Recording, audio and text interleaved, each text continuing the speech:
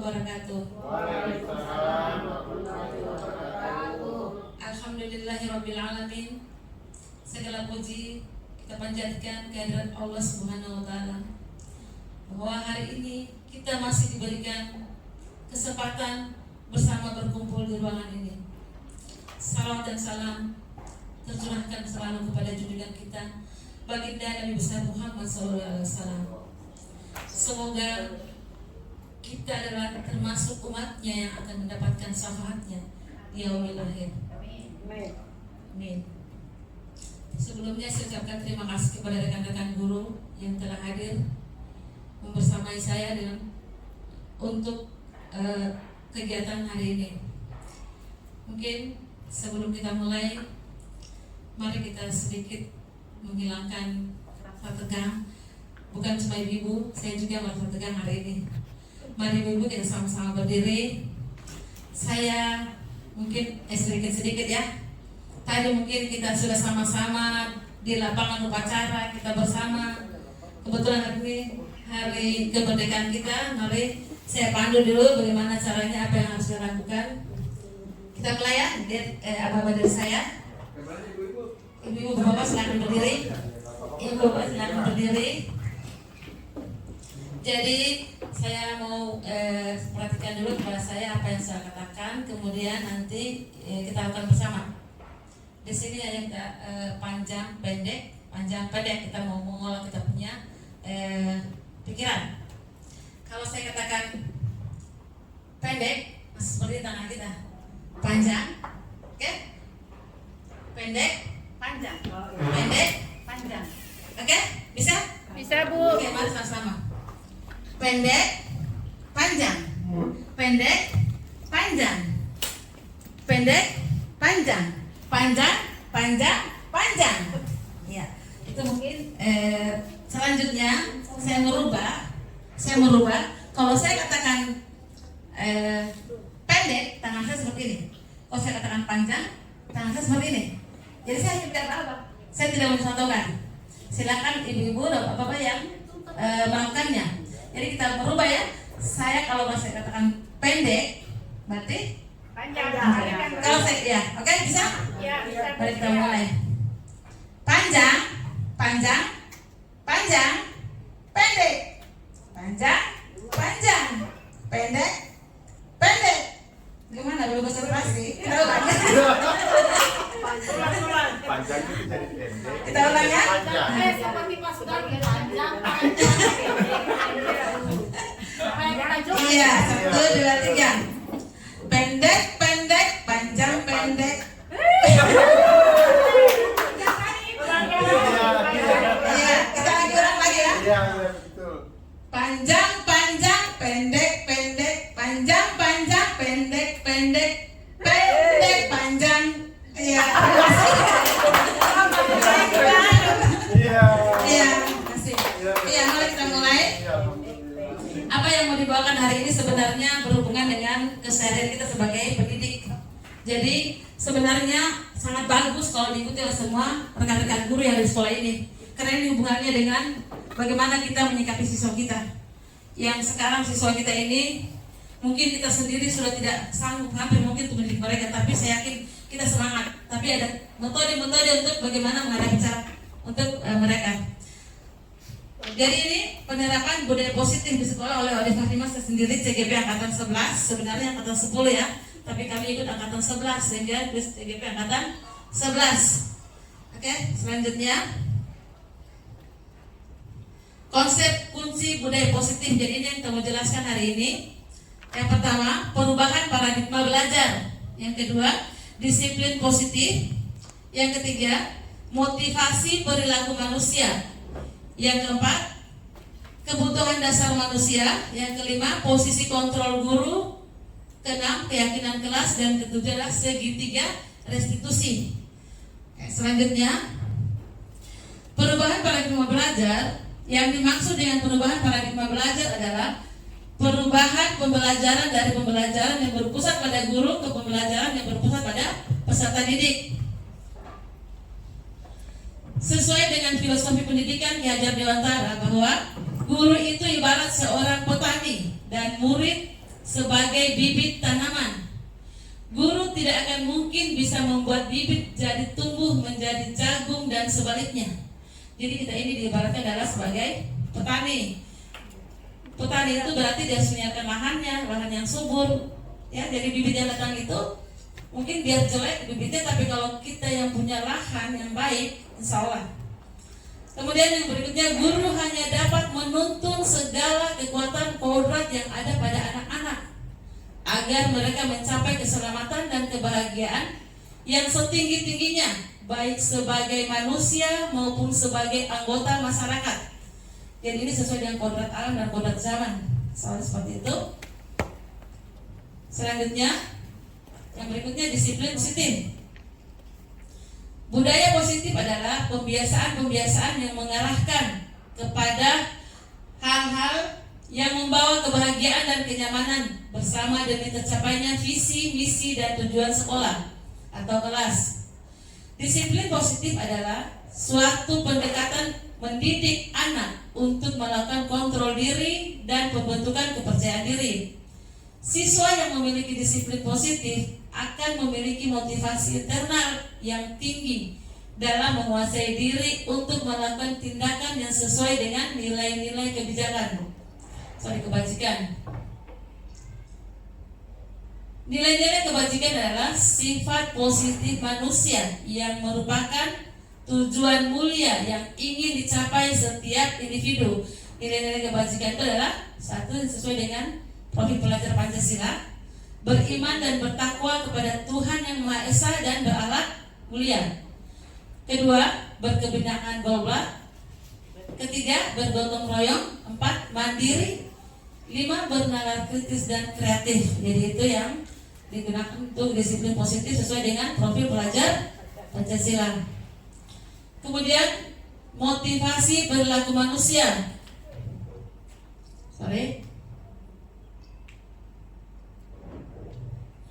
Teori motivasi dia Negasen dalam bukunya Retracted School Discipline menyatakan ada 3 motivasi perilaku manusia.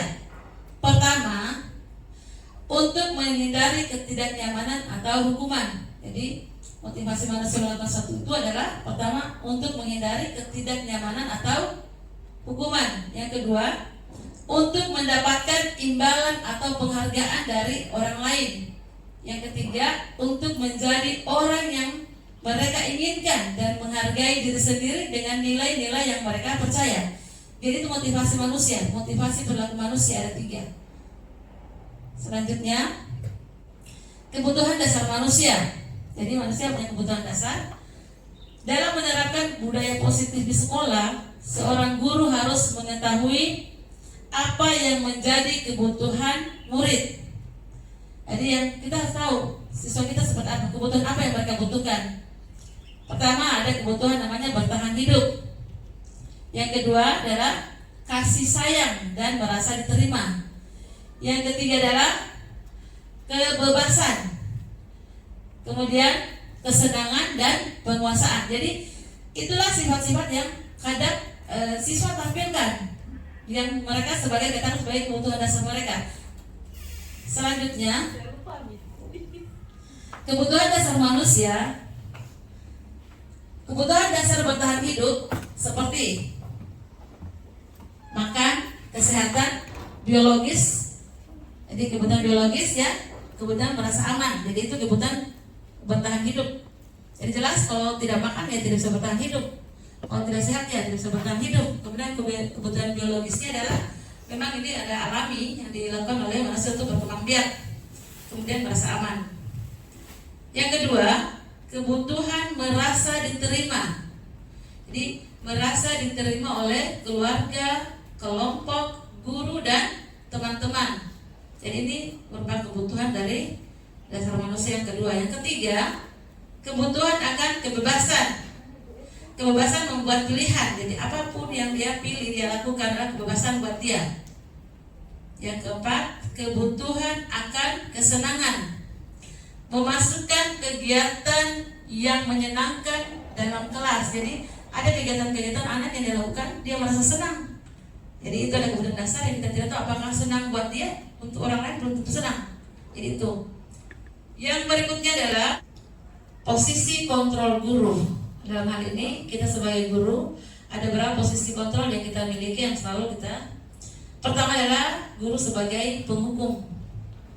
Yang kedua adalah yang kedua adalah pembuat rasa bersalah.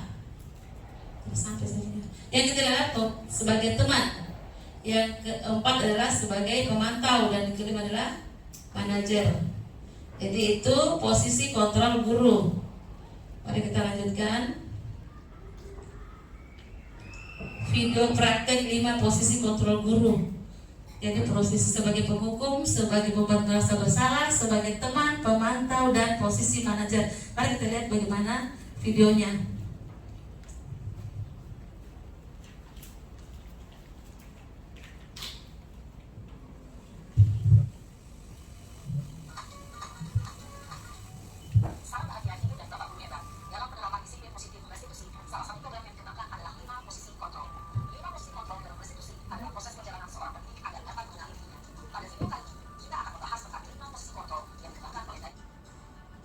Ya, selanjutnya dari kita sudah melihat video praktik 5 posisi kontrol guru. Posisi kontrol guru tadi sudah dijelaskan seperti apa. Pertama, sebagai penghukum, nada tinggi, menghardik, menunjuk-nunjuk, dan membentak. Hukuman berupa fisik maupun psikis. Dampaknya, murid cenderung memberontak. Murid akan menyimpan dendam dan tidak. Oke, selanjutnya posisi kontrol guru yang kedua, posisi membuat rasa bersalah. Berbicara dengan tenang, cenderung lembut, namun kata-kata yang dikatakan membuat murid menjadi orang yang gagal, memandang buruk dirinya sendiri, merasa tidak berharga dan tidak sanggup membahagiakan orang lain. Dampaknya, murid akan merasa bersalah dan akan menyimpan emosi negatif itu dalam dirinya. Kedua, murid akan merasa rendah diri. Jadi itu posisi kontrol sebagai pembuat rasa bersalah. Kita selalu membuat siswa untuk merasa bersalah dengan apa yang dia sudah lakukan. Jadi yang itu yang kedua. Tingkatan yang ketiga adalah posisi teman. Jadi ini tingkatan semakin naik ya. Jadi penghukum, kemudian pembuat rasa bersalah, kemudian posisi sebagai teman. Jadi semakin naik posisinya ini. Suara guru ramah, cenderung bersenda gurau, akrab. Murid akan senang, aman dengan guru. Kemudian identitas yang tercipta adalah identitas sukses, namun masih dorongan eksternal. Dampaknya, murid akan ketergantungan pada guru tertentu. Yang kedua, murid akan berperilaku baik hanya pada orang-orang tertentu.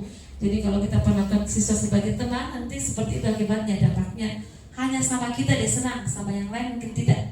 Nah, seperti itu untuk posisi sebagai teman. Selanjutnya, posisi yang kontrol yang keempat adalah sebagai pemantau atau monitor. Ini sudah mulai naik tingkatannya ini. Guru memiliki bahasa tubuh dan ekspresi wajah yang datar, cenderung formal. Guru mengandalkan perhitungan untuk mengontrol murid. Jadi ada perhitungan waktu mungkin ya katakan. Kemudian berikutnya, guru mengarahkan murid berdasarkan peraturan dan konsekuensi. Jadi ada konsekuensi biasanya yang dia lakukan untuk siswanya. Yang keempat, guru senantiasa memantau, mengawasi pada saat murid diberikan sanksi. Dampaknya, murid akan ketergantungan pada guru tertentu. Hampir sama dengan tadi ya, yang sebagai teman. Kemudian yang kedua, murid akan berperilaku baik hanya pada orang-orang tertentu. Dia sama dengan posisi sebagai teman.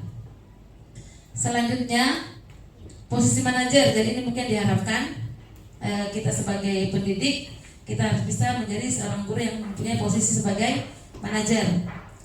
Guru bersuara netral, tidak emosional dan tidak terlalu ramah dan tidak bernada tinggi. Kemudian yang kedua, guru membimbing murid untuk memecahkan masalah secara mandiri. Posisi manajer adalah posisi kontrol yang disarankan untuk membimbing murid memiliki disiplin positif, yaitu murid yang mandiri, bertanggung jawab, dan dapat memecahkan masalah-masalah. Kemudian yang kedua, tujuan posisi manajer adalah agar murid berefleksi atas tindakannya. Guru dengan tulus memberikan pertanyaan-pertanyaan bermakna, sehingga membuat murid belajar dari kesalahannya dan mencari sebuah solusi untuk menyelesaikannya. Jadi itu posisi sebagai manajer. Kita lanjut. Oke, jadi dari kelima posisi tadi jelas ada pemantauan yang harus kita lakukan, ada sesuatu yang harus kita lakukan. Di sini kita bisa buat suatu kesepakatan kelas atau keyakinan sekolah atau keyakinan kelas. Jadi untuk yang hari ini mungkin keyakinan kelas ya, atau kesepakatan kelas. Kalau untuk keyakinan sekolah mungkin dibahas oleh semua guru. Jadi itu dipakai untuk satu sekolah. Tapi kalau untuk kelas, kadang-kadang kita sebelum mengajar masuk materi itu kita buat dulu suatu kesepakatan atau keyakinan dengan siswa agar proses pembelajaran berlangsung dengan baik. Yang selanjutnya mungkin begitu Bapak Ibu ya. Jadi kita buat keyakinan kelas supaya proses pembelajaran kita berlangsung dengan tertib. Jadi ada hal-hal yang harus kita sepakati dengan siswa. Salah satu penerapan disiplin yang secara terus-menerus yang mengacu pada nilai-nilai kebajikan yang akan menciptakan budaya positif adalah dengan membangun atau menyusun kesepakatan atau keyakinan kelas. Kesepakatan disusun dan dikembangkan bersama-sama antara guru dan murid. Kesepakatan kelas berisi beberapa aturan untuk membuat guru dan murid bekerja bersama membentuk kegiatan belajar mengajar yang efektif. Kesepakatan kelas tidak hanya berisi harapan guru terhadap murid, tapi juga harapan murid terhadap guru, serta harapan guru dan murid terhadap proses pembelajaran yang berlangsung. Kemudian kesepakatan kelas juga menuntun nilai-nilai positif yang diyakini bersama oleh guru dan murid selama proses pembelajaran disebut keyakinan kelas. Jadi ada keyakinan yang harus dibuat. Seperti apa? Kita lihat. Langkah-langkah merumuskan keyakinan kelas. Jadi ini mungkin setelah ini mungkin Bapak Ibu guru sudah bisa lakukan ini supaya ada satu kesepakatan yang dilakukan misalnya oleh mata pelajaran, misalnya PKN. Ibu Ratna mau buat kesepakatan dengan siswanya. Kita harus seperti ini, kita seperti ini, ya. Bagaimana Ibu Ratna? Setuju? Iya, kita lihat kemudian ya bagaimana langkah-langkah merumuskan keyakinan kelas. Pertama, guru meminta semua murid di kelas untuk menuliskan apa saja aturan yang perlu disepakati bersama di kelas. Jadi itu langkah pertama. Jadi kita tawarkan kepada siswa bagaimana kita menetapkan kesepakatan kelas. Yang kedua, mencatat semua usulan di papan tulis atau kertas besar. Yang ketiga, menyusun keyakinan kelas sesuai prosedur dengan mengamati kalimat negatif. Dengan mengganti kalimat negatif menjadi kalimat positif. Seperti apa dia? Misalnya, kalimat negatifnya, jangan membuang sampah sembarang. Mungkin kita bisa gantikan dengan kalimat positifnya, buanglah sampah pada tempatnya. Jadi, untuk membuat keyakinan, jangan pernah menggunakan kata tidak atau jangan, supaya tidak merangsang pikiran mereka untuk menjadi iya. Karena sekarang seperti kondisi siswa. Yang keempat adalah keyakinan kelas hendaknya tidak terlalu banyak. Jadi kadang orang bikin sampai 20 itu susah. Sehingga mudah diingat dan dipahami oleh semua warga kelas. Jadi ini yang kita buat kesepakatan yang spesifik saja, yang penting-penting. Tidak semua tindakan siswa kita buat jadikan kesepakatan. Kan itu susah diingat siswa. Yang berikutnya adalah meninjau ulang keyakinan kelas dari waktu ke waktu. Jadi penting meninjau ulang dari waktu ke waktu. Kalau seperti saya yang saya lakukan, kalau saya sudah masuk kelas, kadang 2 kali pertemuan, 3 kali pertemuan, saya tanya lagi, coba ketua kelas baca apa keyakinan kelas kita.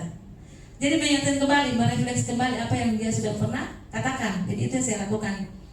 Kemudian setelah disetujui, kemudian ditandatangani oleh semua warga atau murid. Jadi kalau sudah setujui, mereka bertantangan. Seperti yang sana mungkin yang pernah tantangan kita guru-guru itu adalah keyakinan kelas yang pernah disepakati ya Pak Sudarmi, ya yang kemarin. Tapi saya hari ini tidak lakukan itu karena mungkin guru-guru sudah lakukan ya. Maaf ya guru. Selanjutnya Setelah disetujui dan tangani oleh semua warga, keyakinan kelas selanjutnya bisa diletakkan di dinding kelas, di tempat yang mudah dilihat semua warga kelas, ditempel seperti roster pelajaran, agar setiap dia masuk dia bisa lihat. Mungkin begitu yang bagus. Selanjutnya, kesepakatan kelas yang menuntun nilai-nilai positif yang diyakini bersama oleh guru dan murid selama proses pembelajaran disebut keyakinan kelas. Yang seperti apa yang nilai-nilai positif itu? Nah, itu yang kita pakai, disiplin, tanggung jawab, yang itu. Bagaimana Pak Sudarmin? Kalau kita apa yang kita ketahui selain itu? Mungkin saya bisa dengarkan apa kita punya disiplin positif yang kita berikan kepada anak. Mungkin saya dengar soalnya. Baik, terima kasih. Memang disiplin kelas atau keyakinan kelas ini perlu kita buat di awal semester. Jadi itu yang kita tempel di dinding dan menjadi peraturan kelas bersama. Ini dari yang kecil-kecilnya dulu, nanti merembet ke peraturan sekolah. Karena di dalam peraturan kelas yang sudah disepakati bersama, seyogyanya terus dilakukan. Jangan mungkin sekedar kita habis tempel keyakinan kelas atau kesepakatan kelas, kemudian tidak pernah dilihat kembali, tidak pernah dilakukan, hanya menjadi simbol. Contoh kemarin yang kita buat di kelas, di keyakinan kelas di kelas kami itu adalah pertama, menjaga kebersihan kelas. Yang kedua, menghormati guru yang sedang menerangkan.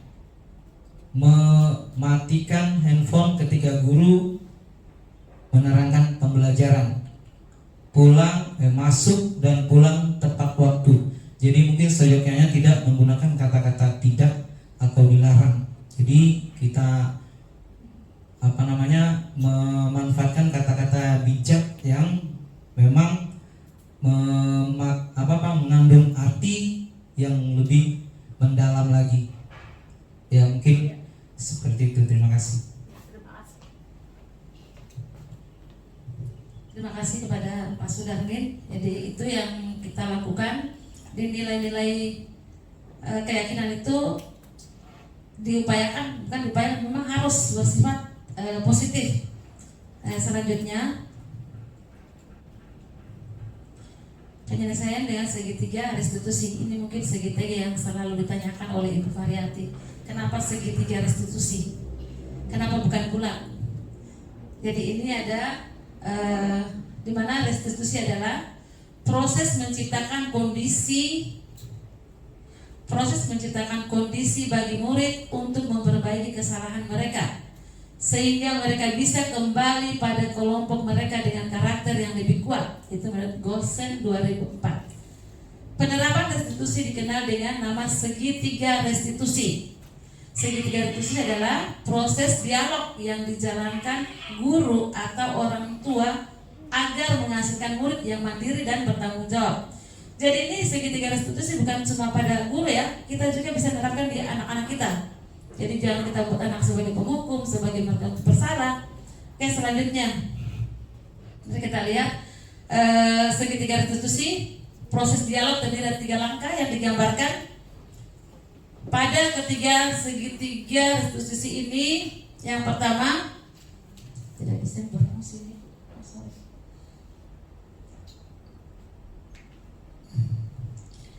Yang pertama adalah, jadi itu segitiga restitusi ada 3 tahapan.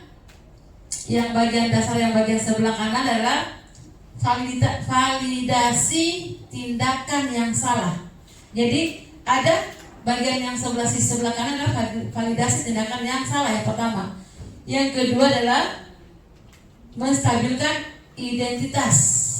Jadi validasi menstabilkan identitas. Adakah cara yang lebih efektif untuk mendapatkan apa yang kamu butuhkan? Jadi pertanyaan yang seperti itu. Yang ketiga adalah menanyakan keyakinan kelas.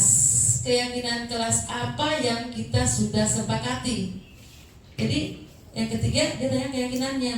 Setelah keyakinan, jadi anak dia bisa menjawab.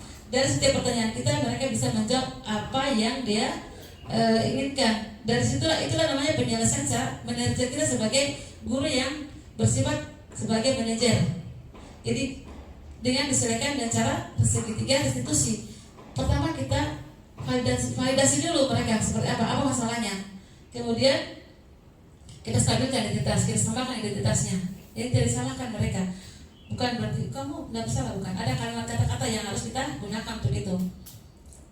Selanjutnya, segitiga restitusi itu, sisi pertama tadi saya kembali menstabilkan identitas. Berdasarkan prinsip pembuat kesalahan adalah bagian dari proses pembelajaran. Yang kedua, berperan menggeser identitas murid dari identitas gagal ke identitas sukses. Yang ketiga, jangan mengkritik murid yang sedang mengalami identitas gagal. Saya lanjut ya. Oke, sisi pertama menstabilkan identitas. Ajukan pertanyaan membuat kesalahan sesuatu yang wajar. Jadi kita bisa katakan membuat kesalahan merupakan sesuatu yang wajar. Nah, semua orang bisa melakukan kesalahan. Jadi kita samakan seperti itu kalimat kita. Kemudian manusia tidak akan ada yang sempurna. Betul, manusia tidak ada yang sempurna. Yang berikutnya, kita bisa memperbaiki masalah ini. Saya tidak menanyakan kesalahannya, tapi fokus memperbaiki masalah ini. Yang berikutnya, apakah saat ini kamu tengah menjadi orang yang baik untuk dirimu sendiri? Jadi itu pertanyaan-pertanyaan yang digunakan untuk menstabilkan identitas. Jadi bagaimana kita stabilkan identitas kita dengan anak supaya anak-anak tidak merasa bersalah. Selanjutnya, sisi kedua, validasi tindakan yang salah. Berdasarkan prinsip setiap pelaku berupaya memenuhi kebutuhan tertentu. Jadi yang kedua, guru akan bergeser dari pemikiran stimulus respon menjadi proaktif. Yang ketiga, mengenali dan mengakui kebutuhan murid. Ini dapat memperbaiki hubungan dengan murid. Jadi dia bisa mengenali dan mengakui kebutuhan murid, dapat memperbaiki hubungan dengan murid. Yang berikutnya adalah pernyataan atau pertanyaan disampaikan dengan nada tidak menghakimi atau memojokkan. Memang ini berat Ibu Bapak ya, berat sekali ini kita lakukan ini karena selama ini kita tidak pernah melakukan, tapi kita coba. Selanjutnya, sisi kedua, validasi tindakan yang salah. Ajukan pertanyaan. Kamu bisa saja bertindak lebih gegabah dari hal ini. Jadi itu kalimatnya. Kamu bisa saja bertindak lebih gegabah dari ini. Kamu bukan melakukannya tanpa sesuatu alasan tertentu. Kamu melakukannya karena mempertahankan sesuatu yang penting bagimu. Itu kata-kata yang kita gunakan untuk mereka. Keempat adalah mungkin kamu bisa memperbaiki suatu perilaku yang baru yang lebih efektif. Bersediakah kamu mempelajarinya? Yaitu kata-kata yang kita gunakan untuk mereka. Selanjutnya, sisi ketiga, menanyakan keyakinan. Ini yang sisi terakhir dari segitiga restitusi tadi. Pertama, teori kontrol yang menyatakan bahwa pada dasarnya kita termotivasi secara intrinsik. Jadi itu dia keluar dari keadaan kemauan dirinya sendiri. Setelah kita berikan pertanyaan atau segala, dia yang sendiri yang mau menyelesaikan masalahnya. Dia katakan, ya, saya seperti ini, saya seperti ini. Bagaimana Pak Nasrul? Yang berikutnya adalah saat berlaku studi validasi dan identitas sukses telah stabil, maka murid akan telah siap mengaitkan keyakinan dengan tindakannya yang salah. Ini. Selanjutnya, hal-hal yang perlu diperhatikan. Perhatikan dalam segitiga restitusi adalah perilaku yang salah perlu dikaitkan dengan nilai-nilai atau keyakinan-keyakinan yang telah disepakati atau dituju. Yang kedua, kesediaan orang yang melakukan kesalahan untuk memperbaiki masalah. Yang ketiga, pemecahan masalah sebisa mungkin relevan atau memiliki hubungan dengan masalah yang ada. Yang keempat adalah perlu adanya usaha perbaikan dari pihak yang berbuat salah. Yang kelima, perlu didedikasikan waktu dari pihak yang berbuat kesalahan. Tanyakan kapan mulai akan diberlakukan usaha untuk memperbaiki masalah. Yang tadi seperti yang di video tadi mungkin. Selanjutnya, segitiga restitusi dengan memahami ketiga struktur menerapkan segitiga restitusi, diharapkan guru menerapkan posisinya sebagai manajer. Jadi ini setelah kita melihat tema tadi, kita diharapkan bisa sebagai manajer dengan mengajukan pertanyaan bermakna yang dapat membuat murid percaya diri, mandiri dan bertanggung jawab. Terima kasih. Jadi itu kita diharapkan kita bisa menjadi seorang guru yang mempunyai posisi kontrol sebagai manajer. Sama-sama menang. Siswa nyaman, kita nyaman. Kita tidak pernah menyakiti hati siswa, kita juga tidak tersakiti oleh mereka. Mungkin seperti Pak Sudarmin ya. Ya, dari apa yang saya sudah paparkan, saya harapkan setelah ini Bapak Ibu guru bisa membuat keyakinan kelas sebelum memulai pelajaran tentang kalimat-kalimat positifnya. Jadi gunakan kalimat-kalimat positif. Terima kasih atas kesediaan telah hadir di sini. Saya sudah menggunakan waktu Bapak Ibu guru. Saya ucapkan bila taufiq wal hidayah. Assalamualaikum warahmatullahi wabarakatuh.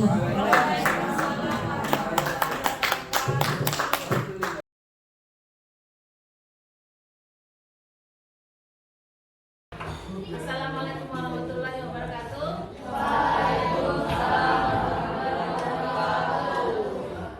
Ya, anak-anak, sebelum kita melanjutkan pelajaran kita, memulai pelajaran baru kita, terlebih dahulu kita membuat dulu satu keyakinan kelas atau kesepakatan kelas kita. Jadi untuk pembelajaran kita membuat satu keyakinan, satu kesepakatan yang mana yang sama-sama kita sepakati. Kesepakatan ini yang ada yang kamu sendiri yang tulis apa keinginanmu, apa disiplin-disiplin positif yang kita harapkan selama pembelajaran. Kemarin kan kita sudah sempat buat kesepakatan di kelasnya, sudah sempat tulis ya? Ya, sudah kan? Jadi hari ini kita buat supaya kesepakatan itu menjadi keyakinan kelas. Kita buat supaya menjadi keyakinan kelas. Dan itu kita patuhi bersama. Siapa yang buat? Kalian sendiri yang buat, ya kan? Kalian sendiri yang tetapkan. Yang seperti apa? Disiplin, kata-kata positif, ya, kata-kata positif, kata-kata yang baik, yang bisa memperlancar proses pembelajaran kita, yang membuat kita belajar nyaman, Anda nyaman, Ibu guru nyaman, dan pembelajaran kita terlaksana dengan maksimal. Jadi itu harapan kita. Oke, saya nanti bagikan kamu sticky note. Di sini ada kertas. Kamu tulis di kertas seorang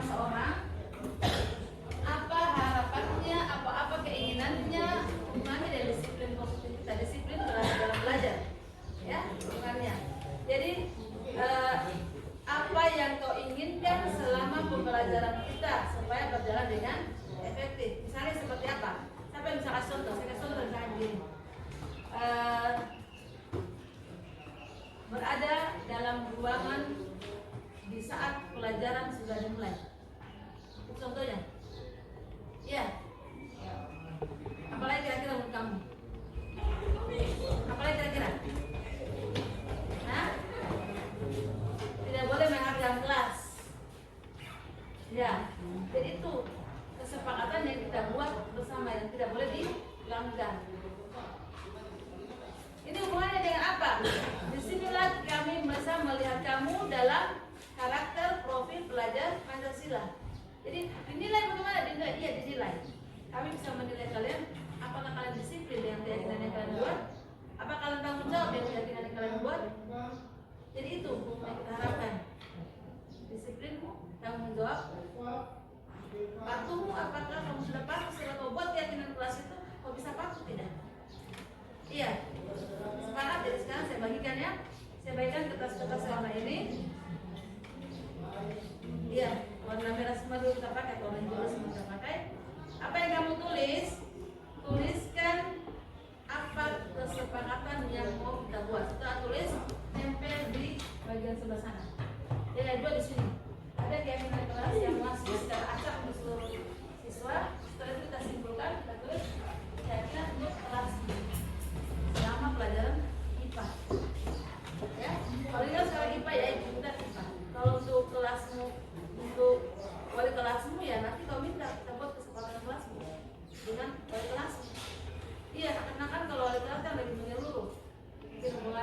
di luar pelajaran.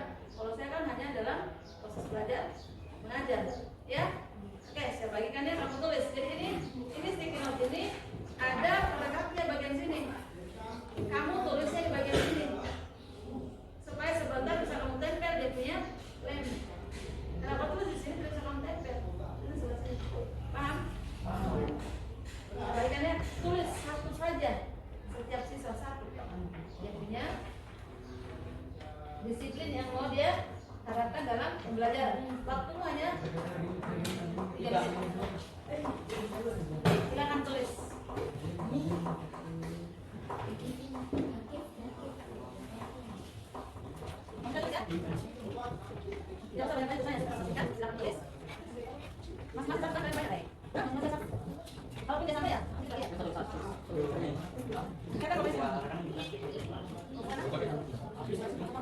Yang akan kita sepakati itu dan kita akan jalankan selama pembelajaran berlangsung. Jadi ganti kita.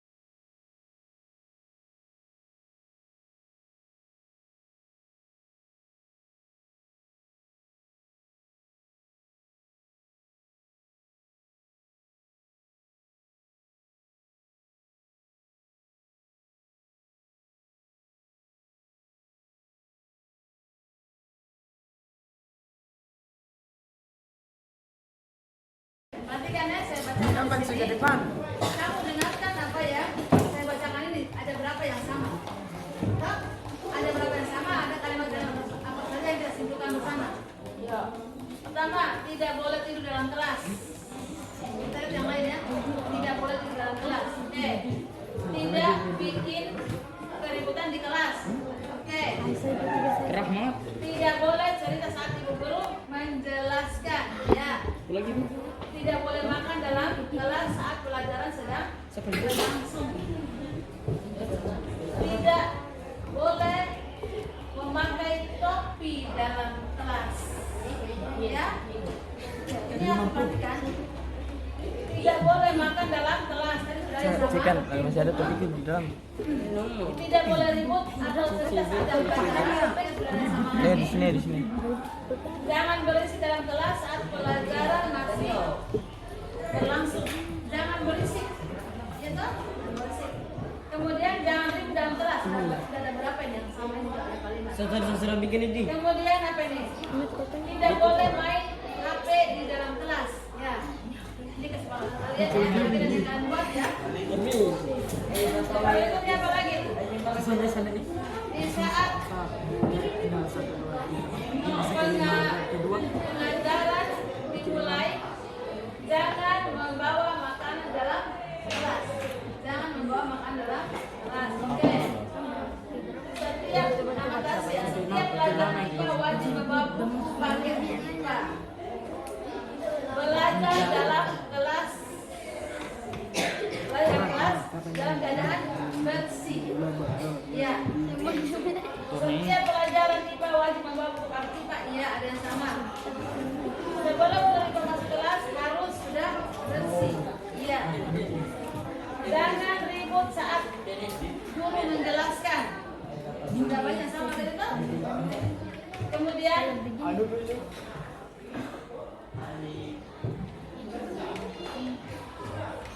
balik. Bodoh ya kata dia apa tadi?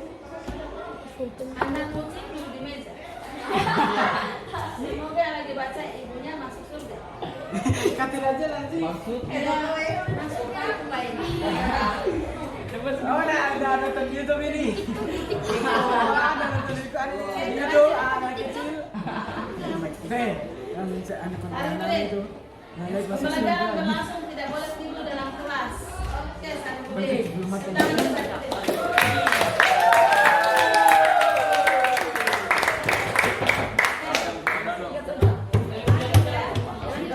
Jangan duduk dalam kelas, jangan apa nih? Terus pakai Pak. Jangan duduk dalam kelas, jangan makan dalam kelas, tidak boleh. Harus memasukkan kelas, oke?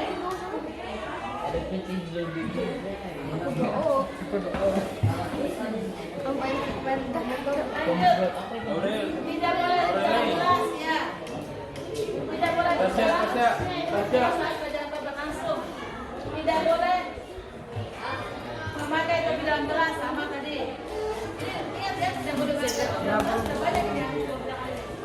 Jangan makan pada saat guru menjelaskan. Ini kesepakatan sama yang kalian buat. Semua kalimatnya jangan. Semua kalimatnya jangan makan, jangan tidur, jangan berhenti, semua jangan. Mari kita buat keyakinan ini menjadi kalimat positif. Paham maksudnya? Kalimat positif maksud contoh misalnya ada yang tulis jangan main HP. Gimana kalimat positifnya? Dilarang. Kata jangan tidak dilarang. Mari kita gunakan kalimat positifnya. Menggunakan HP hanya saat dibutuhkan. Ya kan? Itu kalimat positifnya. Jadi jangan kita gunakan kata jangan. Kemudian ada tadi satu orang yang positif. Pakai pesan pelajaran IPA. Kita positif toh. Jadi jangan selalu kita menggunakan bahasa jangan. Tidak boleh. Jadi kakak sekali kita buat ya. Kita yang menggunakan kata Suruh pendeta itu begitu. positifnya. Oke. Buat kembali tetapi menggunakan kata kita lakukan bersama ya. Kita lakukan bersama ya. Cut, sudah 5 menit. Oke kan. Lanjut lagi setelah itu. Akan berhenti. Kesepakatan kita ini kita yakini bersama. Iya, kita yakini bersama. Siap ya? Saya boleh pakai topi dalam kelas. Coba sana kawan. Siapa yang panjat sih? Di sini ada kata yang berbeda dari kesepakatan. Positifnya baru kita tulis ya. Di sini ada kalimat tidak boleh tidur dalam kelas. Apa kira-kira yang kita gunakan dalam positifnya? Ya? Gimana?